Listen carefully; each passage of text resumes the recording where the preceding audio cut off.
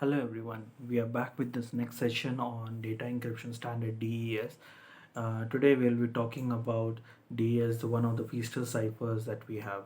So let's get started. So when we are talking about DES, a symmetric key block cipher published by the NIST, the National Institute of Standard and Technology, which basically works with a 64-bit of data.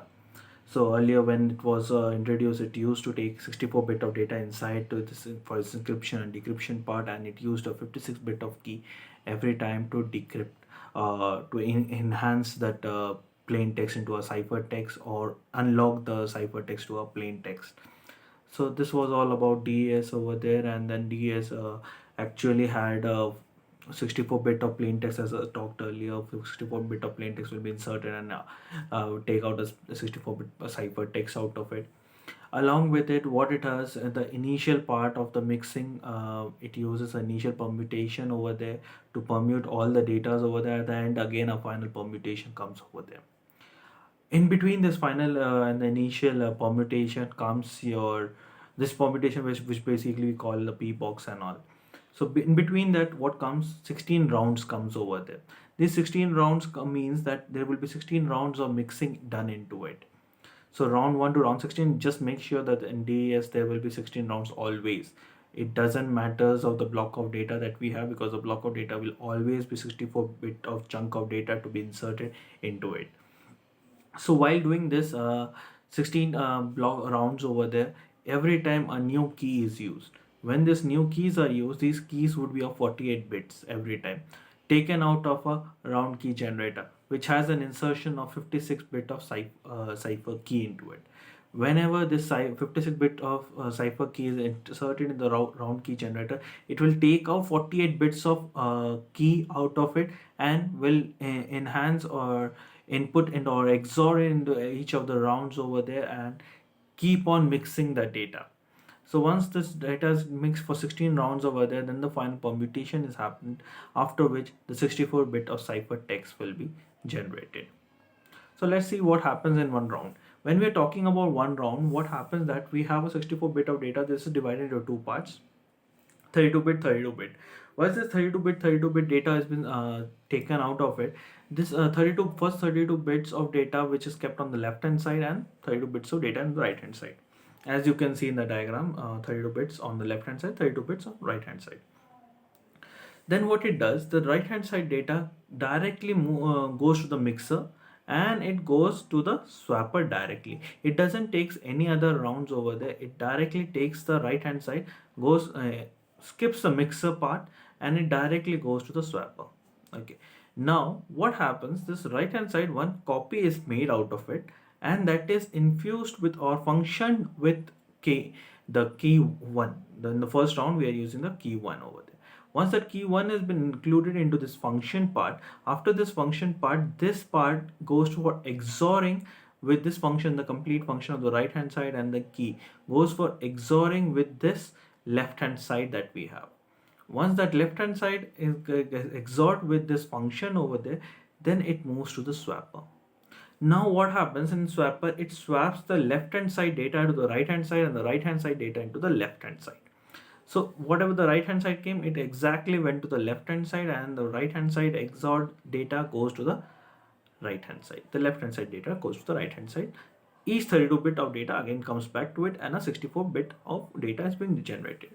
So this is what we call a feature cipher, where its own data is used for including each and every part of it. Whenever we infuse it, it uses its own data over there. It doesn't take anyone else's data over into it. So next comes the DES function. What it does, that expansion p box and the straight p box. Already in our previous class we have seen that what is an expansion p box and what is a straight p box. So but not repeating it again and just going forward to it.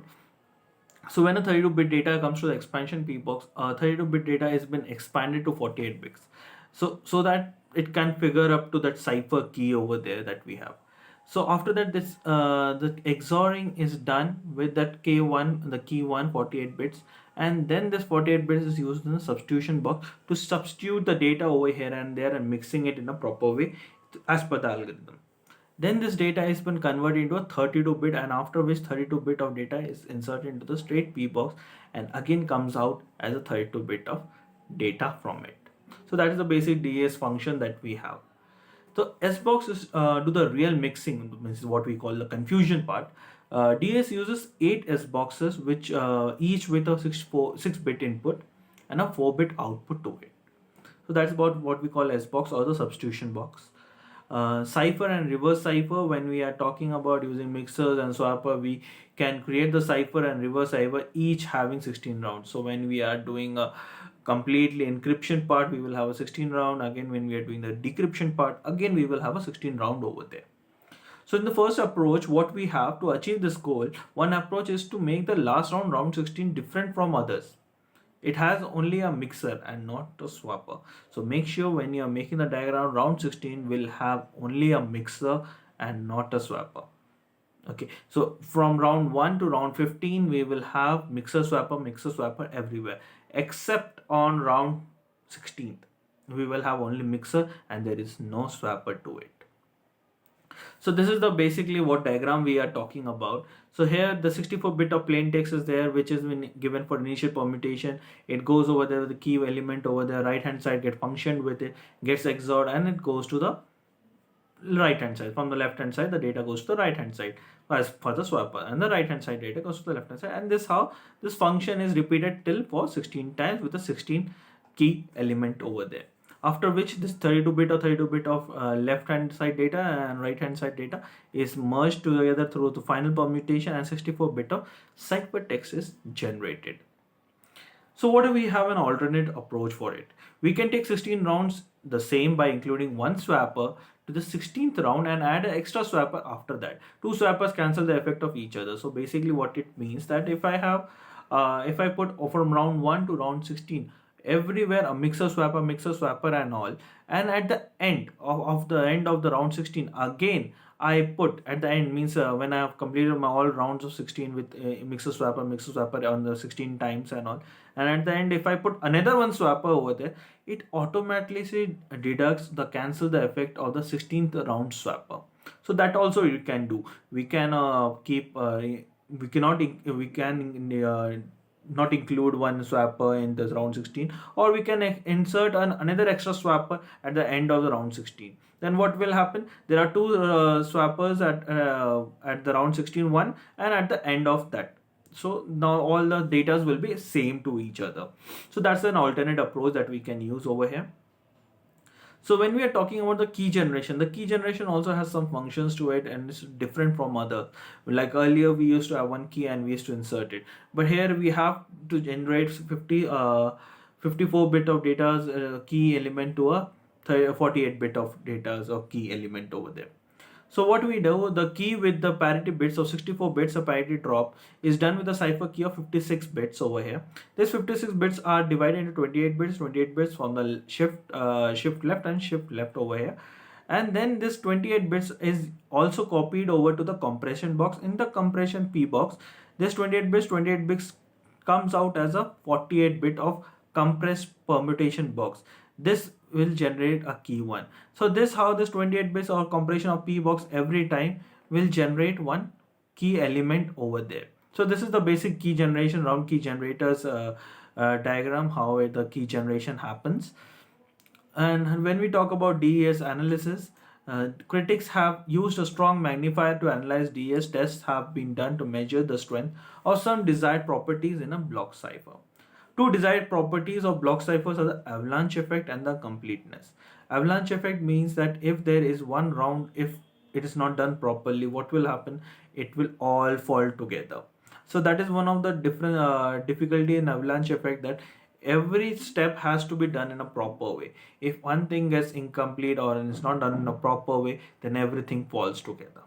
And the completeness is also something same where the data have to be completely changed. After 16-bit, if I have a very small amount of data, like for example, like okay, I just take 64-bit of data only I have, and that has been ciphertext. After round 16, how complex it can be? So that is one of the problem to it. It cannot be become so very complex and all. And again, the issue is that if it becomes so complex only for 64-bit of data, and it takes a huge amount of time to it. So these were some analysis which were done on it, and which created some issues for this DS thing.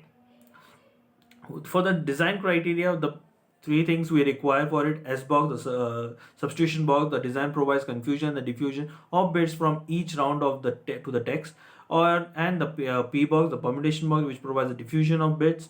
Number of rounds: DS uses 16 rounds of feastal cipher. The cipher text is truly a random function of plain text and cipher text. The weaknesses over it, during the last few years, have found some weakness in DS, and most of the weaknesses are there. It's features only: the S box, the P box, and the key. S box, the substitution box. The problem is that every time it does a substitution over there, it needs to be recorded, and it converts that 64-bit chunk of data into a huge number to it. Similarly, the permutation box also permutates it, but every time it permutates in a similar way, so which doesn't makes a big difference over there. And if it makes a difference, then it consumes a huge amount of time to it. Then there comes the key. The key also use the same process where we have same amount of parity bits over there in the left and right side, and every time a permutation box or a substitution box will be carrying out some data out of it. And this is the thing, that the majority of the time that the parity bits of data is small, then the key generation would be randomly same also, or a very slight changes into it, because 56-bit to 48 bits, there can be a very slight change of bits over there. So these are the basic DS weaknesses that we have. Then after this, when they figured out the weakness in the key, there is an issue to it, so they started with a new concept of it called multiple DES. The major criticism of DES regarding its key length. Fortunately, DES is not a group. This means that we can use double or triple DS to increase the key size. So we started with double DS and triple DS. So what happens in double DS? In double DS, we use a different set of parity bits to generate key over there. So those keys that we have starts with the key 1 and key 2 with a separate amount of key. So, but here also one problem used to come, that is called meet in the middle attack. It is one of the attacks when someone comes in between of the transition, means when it's on the medium of transmission of the data from one place to another, if someone comes into it and tries to attacks the data. It is slightly improved than the earlier one, because the keys elements are changing every time, but the same 48 bits of data will be there, which is very difficult to be kept very tight to it. So that was one of the issues, but it was still improved that the parity bit sets were changed over there, and we are using different set of keys at different alternatives. Then comes the triple DS. The triple DS with 3 keys, the same thing concept with 3 keys now. 3 sets of parity bits will generate 3 different keys over there. The possibility of non-plain text attacks on triple DS with 2 keys have entices some application to use triple DS with 3 keys. Triple DS with 3 keys is used for the applications such as PGP, pretty good privacy, which will be coming in the upcoming classes and when we will be talking about the PGP thing. So this was all about the triple DS, and then comes the security of DS. DS as the first important block cipher has gone through much scrutiny. Among the attempt attacks, there are 3 of the area of interest. Brute force attack, where each and every data has been checked over there and tried to convert it. Problem with brute force attack was that on DS, that the data were so complex and rounded off 16 times, so automatically the data was so complex. Whenever we had a huge chunk of data, brute force attack was lagging over there, but whenever we had a small amount of data, brute force used to do it, but still it used to take time to it. Next comes the differential cryptanalysis. Cryptanalysis was able to crack it, but once the things started coming up over there with the 2DS and 3DS, it became difficult on that cases over there, as the differential analysis on cryptanalysis was becoming more difficult on the upcoming days with the 2DS and the 3DS which we have. Next comes the linear cryptanalysis. Linear cryptanalysis, where the linear way each products were checked onto it. Linear cryptanalysis was something very much similar to the earlier tools, but still it had some issues. But in the upcoming times and the upcoming days, this all 3 brute force, cryptanalysis, differential and linear were able to crack it on DS. So after which the new concept of AES came into picture, Advanced Encryption Standard, which we will be looking in the next session. So if you have any issues or any doubts on this subject, please do comment over there. Just post a like over there so that I can understand how many people have viewed to it. So I hope everyone got the topic DES, and if you have any question, do post it. Thank you.